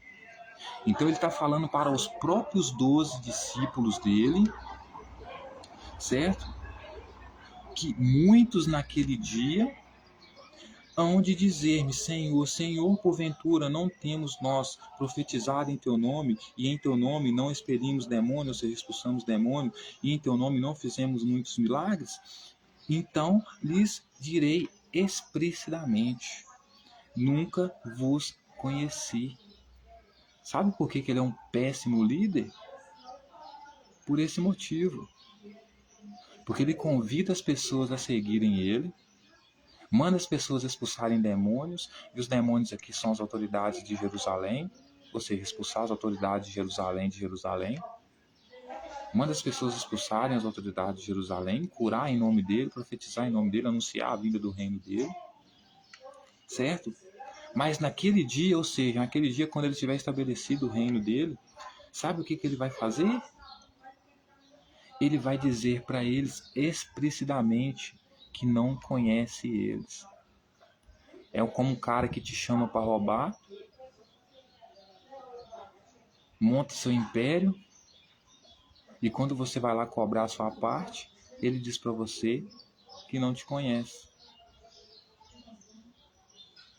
que é para você se afastar dele, porque você pratica iniquidade. Então, uma das pessoas que certamente deram sua vida, abandonaram tudo que tinha para seguir Jesus, e no final das contas ia tomar no cu, né? Porque Jesus não iria reconhecer ele, ia mandar ele se afastar, era Pedro. Porque Pedro chegou a negar ele. João também. Tiago também. Então, ou seja, nem a família dele faria parte do reino dos céus, do reino dele, contra aqueles que lutaram em favor dele, por ele, para a existência desse reino, que não veio a existir. Sabe que Roma botou um ponto final, né?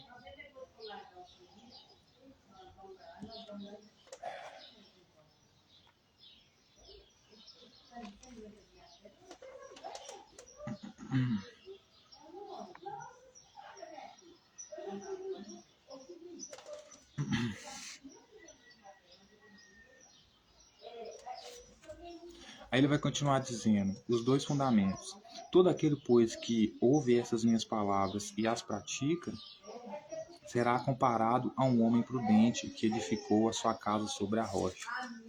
Então todo aquele, né, que deixou tudo, deixou pai, deixou mãe, brigou com pai, brigou com mãe, para seguir ele, esse plano terrorista dele, que abriu mão das riquezas, né, da dignidade, né, que é poder ter comida e bebida, né, para seguir um suposto homem, né, que o Deus dele, no momento de fome, mandou ele foi transformar uma pedra em pão em vez de dar o pão para ele, né? Então, segundo ele, né, todo aquele que seguir as palavras dele, ou seja, praticar as palavras dele, ou seja, comprar, vender a capa para comprar a espada, concordar que tem que tacar fogo nos pecadores, e não só concordar, mas fazer isso, né? Todo aquele que, certo, invadir Jerusalém junto com ele, certo? Todo aquele que concordar com ele, que tem que separar o joio do trigo, né? E aqui no caso o joio é os pecadores e juntar para queimar, né? Todo aquele que praticar, né, a invasão em Jerusalém, do qual as pessoas desmaiariam de terror e até as mulheres grávidas seriam passadas ao fio da espada. Então, todas as pessoas que guardarem essas palavras e praticarem elas, essas pessoas, elas seriam comparadas ao homem prudente, que edificou a sua casa sobre a rocha. E caiu chuva, e transbordaram os rios, e sopraram os ventos, e deram com ímpeto contra aquela casa, que não caiu porque fora edificada na rocha. Certo? Então, ou seja, ele está falando que vai acontecer uma tempestade danada na vida dos discípulos, que foi o que de fato aconteceu, certo? E aquele que não negasse ele, certo? Aquele que praticasse as palavras dele, os ensinamentos dele, mesmo sofrendo toda a opressão, porque estava seguindo um regime criminoso, que era o regime de Jesus, e esse seria considerado um filho, um homem prudente, certo? Aí ele vai dizer: todo aquele que ouve essas minhas palavras e não as pratica, será comparado a um homem sensato que edificou a sua casa na areia. Caiu a chuva, transbordaram os rios, separaram os ventos e deram com ímpeto contra aquela casa, e ela desabou, sendo grande a sua ruína. Então aqui ele está se referindo a Pedro, né? Porque o Pedro, na hora H, foi o primeiro a negar ele, né? Que o texto também vai dizer que o Satanás estava lá falando, e Satanás, que você sabe que é o Espírito Santo, o pai de Jesus, estava lá cramando lá a Jesus lá, justamente para quê? Para peneirar Pedro como joio. Ou seja, Pedro seria uma das pessoas, justamente a que tentou defender ele quando ele corta a orelha de Judas lá, porque a orelha que foi cortada foi de Judas, porque Judas era o servo do sumo sacerdote, né? Então Pedro, né, que, por exemplo, negou ele, que passou por todas essas tempestades e negou ele,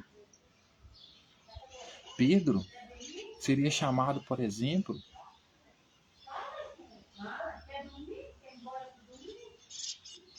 a um homem insensato, e seria grande a sua ruína. Por quê? Porque não praticou aquilo que Jesus queria. Não matou as mulheres grávidas, não tocou terror em Jerusalém, certo? Não queimou pessoas que considerava pecador, certo? Então, esse é o pior líder do mundo, terrorista, mau, né? Aí agora ele vai falar a respeito do o fim do Sermão no Monte. Quando Jesus acabou de proferir essas palavras, estavam as multidões maravilhadas à sua doutrina.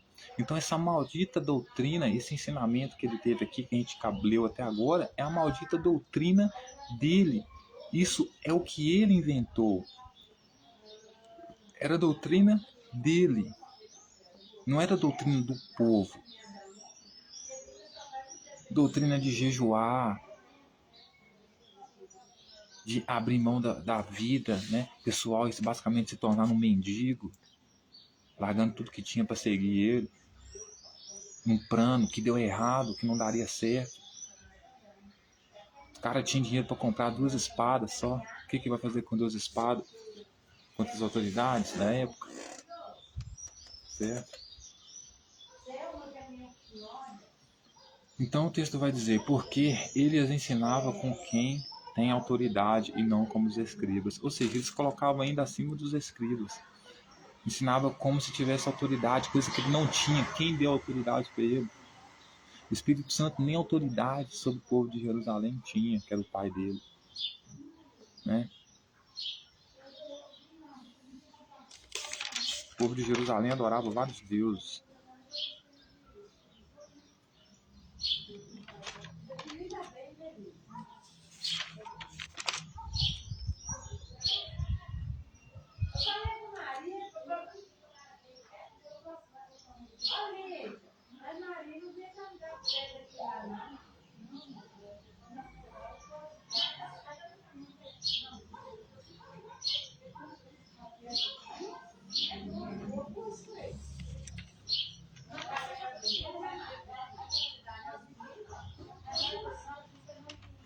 Né? Então, senhoras e senhores, veja só, Jesus prova os que queriam segui-lo. Né? Lá no capítulo 8, versículo 18. Né? Vendo Jesus, muita gente ao seu redor, ordenou passar para outra margem. Então, aproximando-se dele um escriba disse-lhe, Mestre, seguir-te-ei para onde quer que fores. Mas Jesus respondeu, as raposas têm seus covis e as aves do céu ninhos, mas o Filho do Homem não tem onde reclinar a cabeça. Né? E outros dos discípulos lhe disse, Senhor, permite-me ir primeiro sepultar meu pai. Replicou, porém, Jesus, segue-me, deixe os mortos sepultar os seus próprios mortos. Então, senhoras e senhores, olha como ele era um líder assim péssimo, uma pessoa ruim demais, né? Ele chega a dizer para os discípulos dele, o escriba tenta perguntar para ele, né? Pedindo para ele para poder seguir ele, né? Para onde quer que ele for, né? E ele responde para o discípulo, né? Para o escriba, que as raposas têm os seus covis, ou seja, os sacerdotes têm as suas casas, as aves do céu, ou seja, as autoridades lá do templo têm os seus ninhos, mas o Filho do Homem não tem onde reclinar a cabeça. Ou seja, Jesus fala para ele, você quer me seguir, mas eu não tenho nem aonde dormir. Não tem nem aonde dormir, né? Aí o texto vai dizer que outro discípulo disse para ele, Senhor, permite ir sepultar meu pai. Talvez o pai dele tinha morrido. Ele fala, Senhor, posso ir sepultar meu pai? Aí o que Jesus responde para ele? Replicou-lhe Jesus, segue-me e deixe os mortos sepultar os seus próprios mortos. Né? Ou seja, Jesus considera, né, as pessoas da família dos seus discípulos como mortos. Porque mortos aqui é pecador, né? Pecador, morto, doente, é a mesma coisa, né? Então ele não quer que os discípulos nem sequer sepultem a própria família. Seguir ele era uma coisa tão extremista que as pessoas que seguiam ele não poderiam sepultar os próprios parentes. Porque ele considerava os parentes dos discípulos deles mortos. Por isso que ele queria trazer divisão, né? Porque aqueles que seguissem ele, obviamente, ficariam contra suas famílias. Porque ele é um grupo terrorista, né? Faz parte de um grupo terrorista, né? Aí ele vai dizer, como a gente viu lá em Mateus, né? Em Mateus ele dizendo né? Não penseis que eu vim trazer paz à terra, não vim trazer paz, mas a espada, né? Tudo isso são que palavras ditas por ele, né?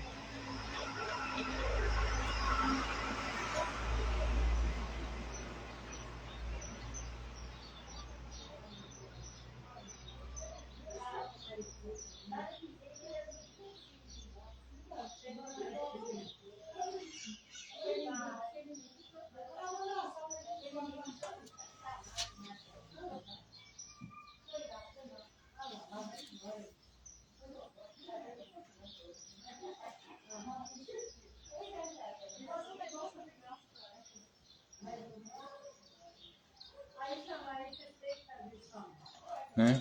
Então, por quê? Porque os discípulos deixaram tudo que tinham para seguir ele, né? Tanto que Pedro, por exemplo, lá no capítulo 19, versículo 27, vai dizer assim: então lhe falou Pedro, eis que nós tudo deixamos e te seguimos, o que será, pois, de nós?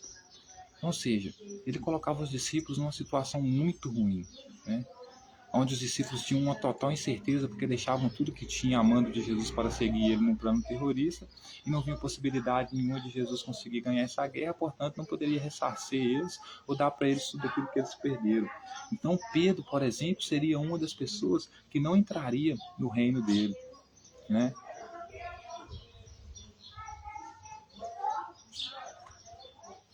né?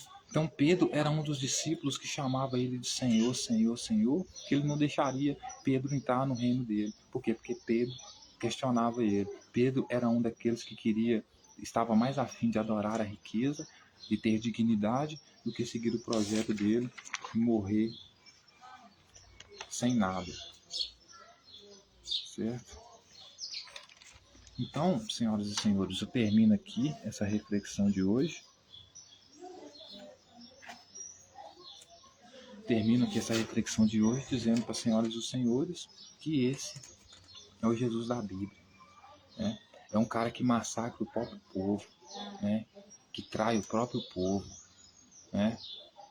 Que coloca o povo para fazer as suas vontades e se for da vontade dele, então ele te elimina, né? Ele te absolve, né? Te exclui, né?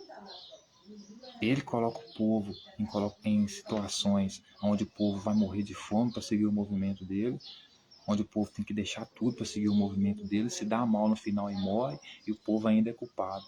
O povo ainda não é digno dele. O povo ainda, se tentar desistir, é porque não construiu a sua fé firmada na rocha. Ou seja, não esteve disposto a sofrer de tudo por causa de um cara que nem sequer ligava para a vida deles. Porque quando você expõe pessoas nessa situação, você nem liga para a vida dessas pessoas. A mesma coisa, voltando para o paralelo no começo do vídeo, é Jesus com o Rio de Janeiro, né? Ou seja, aquele Jesus grandão, aquela cidade de Jesus Cristo no Rio de Janeiro, é uma cidade que abandona os grupos, abandona a sociedade, deixa a sociedade jogada à própria sorte, daí surge favelas, daí surge pobreza extrema, daí surge criminalidade, porque essas pessoas precisam roubar, precisam desenvolver alguma forma de sobreviver, porque é omitida a elas a educação, saúde, tudo desde que crescem. Aí depois o próprio Estado vem e mata essas pessoas, fazendo com que o ódio pelo Estado continue perpetuando. Porque a política de matança continua a mesma, de exclusão continua a mesma. Então, em vez de mudar a mentalidade do povo, fazer com que o povo adore o Estado e veja no Estado como um pai de verdade, acaba trazendo uma mazela para o povo, mortes, matança, como aconteceu ontem, né, no Rio de Janeiro, e as pessoas se revoltam contra o Estado, certo? Então é a mesma coisa de Jesus, é à toa que tem aqui Jesus lá, grande lá, né, Cristo Redentor, né? Você convoca o povo para trabalhar para você, como Jesus fez aqui, né? E depois você começa a excluir todos, a tratar todos mal, né? O povo começa a passar fome por causa de você, passar necessidade por causa de você, tudo para quê? Para atender sua demanda de poder, né? E você não abre mão de jeito nenhum. Então, estou acabando essa live aqui. Sejam bem-vindos à nova ordem mundial. Não posso continuar porque meu telefone já está descarregando. Mas é isso, senhoras e senhores. Sejam bem-vindos à nossa nova ordem mundial.